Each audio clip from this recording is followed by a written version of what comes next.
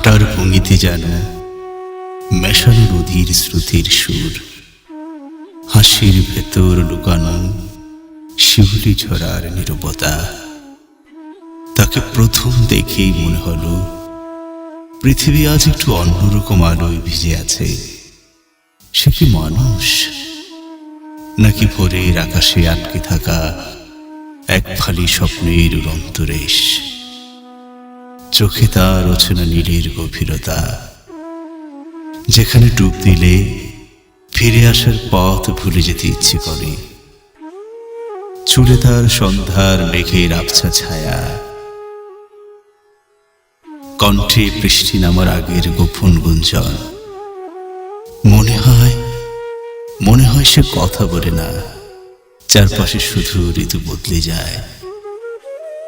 তার পাশে দাঁড়ালে বাতাসেরও হয় ধীর, সময় একটু থেমে শুনতে চায় হৃদয়ের গোপন উচ্চারণ।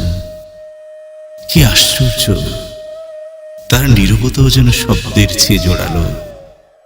সে কি মানুষ, নাকি বসন্ত হঠাৎ রূপ বদলে মানুষের অবয়ব নিয়েছে নিঃশব্দে?